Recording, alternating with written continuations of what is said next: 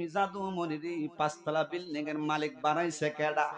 তুমি সন্তানের ছয়তলার মালিক বানাইছে কেডা? জমির মালিক বানাইছে কেডা? তোমাকে তোমার মা পাঁচতলার মালিক বানাইছে। তোমার মা বাবা তোমাকে সম্পদের মালিক বানাইছে। সম্পদের মালিক বানায়া মাটা কবরে চইলা গেছে, আছে না নাই রে বাজান? আর তুমি ছয়তলার উপরে বৈশা বৈশা খাও, আর জীবনে কোনোদিন একটা দিনও মার জন্য দোয়া করাও না। এমন সন্তান সমাজের মধ্যে আছে না নাই? কথা কোন ঠিক কিনা? এমন সন্তান আছে না নাই? এই জন্য মা সবচেয়ে দামি সম্পদ। হাইরি মার হাতের কাওন যারা খাইছে সে বুঝতে পারবে, যার মা নাই সে মায়ের ব্যথা বুঝিরি। আমি অনুরোধ করবো যুবক ভাইয়েরা যারা আছেন, মা তোমার নাই, তুমি কষ্ট দিয়েছো, মাকে তুমি আঘাত দিয়েছো। বাবা তোমার দুনিয়াতে নাই, বাবাকে তুমি আঘাত দিয়েছো, বাবাকে তুমি খাওয়ান দেও নাই, বাবাকে তুমি দুনিয়াতে পড়তে দেও নাই, দমক নিয়েছো, তুমি একের পর একের কষ্ট দিয়েছো, যন্ত্রণার মধ্যে পালাইছো। দুনিয়ার জমিনে তুমি বাবাকে কষ্ট দিয়েছো, তুমি সেই সময়ে বুঝো নাই, না বুঝা স্ত্রীর কথা শুনি না তুমি মা বাবাকে আঘাত দিয়েছো, কষ্ট দিয়েছো। কিন্তু তারপরেও জাদুমণির এত বড় করছে, এত মালিক বানাইছে, টাকাওয়ালা বানাইছে, ইঞ্জিনিয়ার বানাইছে, লেকচারার বানাইছে, সম্পদওয়ালা বানাইছে। তারপর মা অন্তর থেকে বদদোয়া দেয় না রে বাজান। তারপর কি হাদিস শরীফের মধ্যে আসছে, বদদোয়া না দিলেও কি হইব, বদদোয়া এমনিতেই লাইগা যায়। কারণ আমার নবীজি বলেন, দাওয়াতুল তিরমিজি শরীফের হাদিস, সম্ভবত তিরমিজি শরীফের হাদিস, দাওয়াতুল মুসাফির, দাওয়াতুল মাজলুম, দাওয়াতুল ওয়ালিদি। আমার নবীজি বলেছেন, মজলুমের দোয়া কবুল হয়ে যায়, হিসাব থাকে না, পর্দা থাকে না। তারপরে যারা মুসাফির হয়েছে তাদের দোয়া কবুল হয়ে যায়, হিসাব থাকে না। তারপরে তোমার মা এবং বাবা যদি তোমার জন্য বদদোয়া কইরা দে, তাইলে তোমার জীবনটা ধ্বংস ছাড়া আর কোনো কিছুই নাই। কথা কোন ঠিক কিনা? এমন অনেক ঘটনা আছে, মা বাবার বদদোয়া একদম ধ্বংস হয়ে গেছে। কথা কোন ঠিক না বেটি? একজন আল্লাহর ওলি, সহিহ বুখারী শরীফের মধ্যে আসছে, ও আমার যুবক বন্ধুরা, সহিহ বুখারী শরীফের মধ্যে আসছে, হযরত আবু হুরায়রা রাদিয়াল্লাহু তাআলা আনহু থেকে বর্ণিত হাদিস। আমার নবীজি বলতেছেন, আমার নবীজি বলতেছেন, একজন আল্লাহর ওলি, একজন সাধক ছিল বনি ইসরাইলের। কোন সুবহানাল্লাহ? বনি ইসরাইলের একজন সাধক ছিল, একজন আল্লাহওয়ালা ব্যক্তি ছিল, খুব বুজুর্গ ব্যক্তি ছিল। আরে বাজান, ওইটাই বুঝাইতে যাইতেছি, মার দোয়া ভালো কাজেও হয়, মার বদদোয়া ভালো কাজে যেমন, মন্দ কাজেও তেমন হয়। বাজান রে, ও আমার যুবক ভাইরা গো, মার দোয়া ভালো কাজের মধ্যে বদদোয়া লাইগা যায়। মা যদি বদদোয়া দিয়া দে, তুমি আর প্রতিষ্ঠিত হইতে পারবা না, তুমি আর কোনোদিন পরীক্ষার মধ্যে কামিয়াব হইতে পারবা না।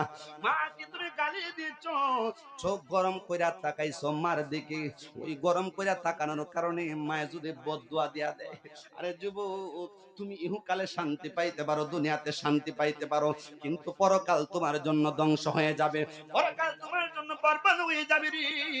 এই জন্য জুরাইজ আল্লাহর ওলি, তিনি ইন্দিমিন সময়ে নামাজরত অবস্থায় ছিলেন। আর হঠাৎ করে একদিন ওনার মা জননী আয়েশা ডাক দিয়েছেন, জুরাইজ, আল্লাহু আকবার, ও জুরাইজ, শুনো রে, আমি তোমার মা, আমি তোমার মা জুরাইজ, আমি তোমার মা ডাকতেছি, শুনো রে, শুনে আমার ডাকে সাড়া দাও। জুরাইজকে যখন ডাকলেন, একবার ডাকলেন, দুইবার ডাকলেন, জুরাইজ, জুরাইজ কই তুমি, আমার ডাকে সাড়া দাও। তিনবার ডাকলেন, জুরাইজের কোনো সাড়া শব্দ বলতে কোনো কিছুই নাই। জুরাইজ থেকে শুনতেছেন নামাজরত অবস্থায় ছিলেন, শরীয়তের বিধান অনুযায়ী এটা কোনো অন্যায় নয়, এটা কোনো অন্যায় নয়। জুরাইজ নামাজরত অবস্থায় ছিলেন, সেটা কি অন্যায় রে বাজান? সেটা অন্যায় না।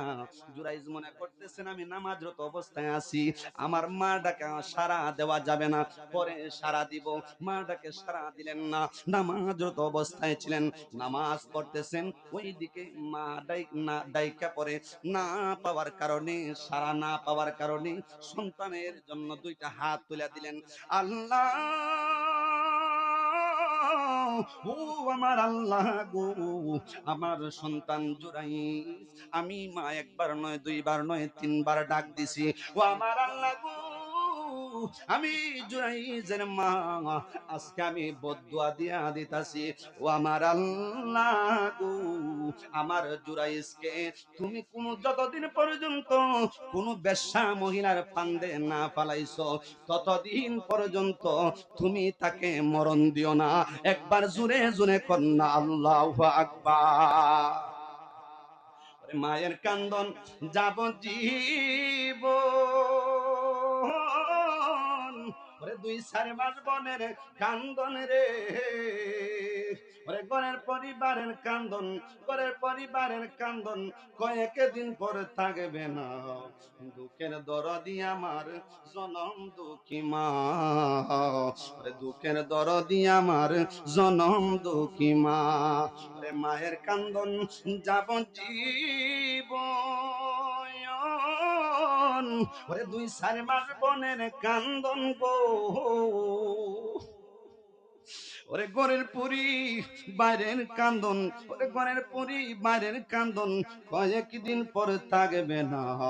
ওরে দুঃখের দরদি আমার জনম দুঃখী মা, গর্ভধারিণী মা, জনম দুঃখিনী মা, দুঃখের দরদি আমার জনম দুঃখী মা।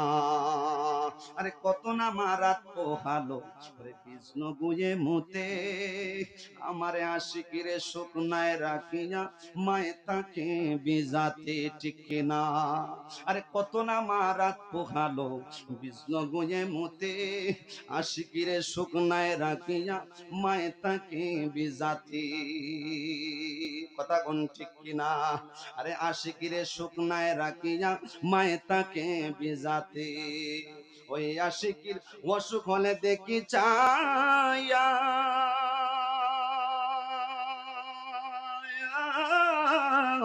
আমার মায়ের রইছে বিছানায় পয়রা গো, আল্লাহু আকবার। ওরে আশিকি অসুখ হলে দেখি চাইয়া,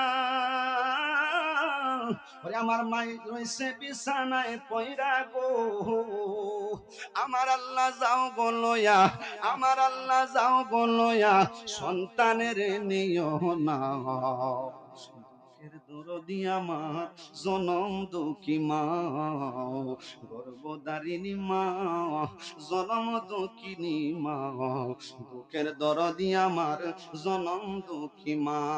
আরে 2 বছর পান করালো, আরে মায়ের বুকের দুধ তুলে ফিটে নিয়ে তোমায় দিতেন কত সুখ, ভূমিষ্ঠ হইয়া আমি উঠিলাম কান্দিয়া, শান্ত করিল মায়ের বুকের দুধ দিয়া। ওরে এই আশিকি বেবে বলি,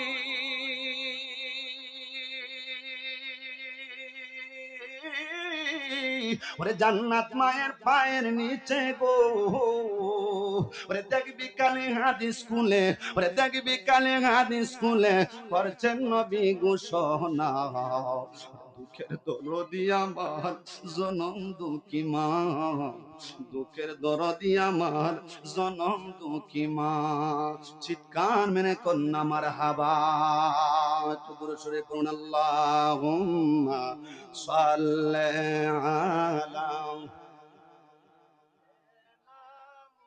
হাম্মাদ নাবিয়ানা শাফিয়ানা মাওলানা মুহাম্মাদ, আল্লাহুম্মা সাল্লি আলা সাইয়্যিদিনা মুহাম্মাদ নাবিয়ানা শাফিয়ানা মাওলানা মুহাম্মদ। ভাইরা আমার, যুবক ভাইরা আমার, মনে হয় আজানের সময় হয়ে গেছে। আজান পড়তেছে, যাই হোক আজান পড়তেছি। আমি ইনশাল্লাহ এশার পরপরই আমি বাকি আলোচনাটুকু ইনশাল্লাহ করব।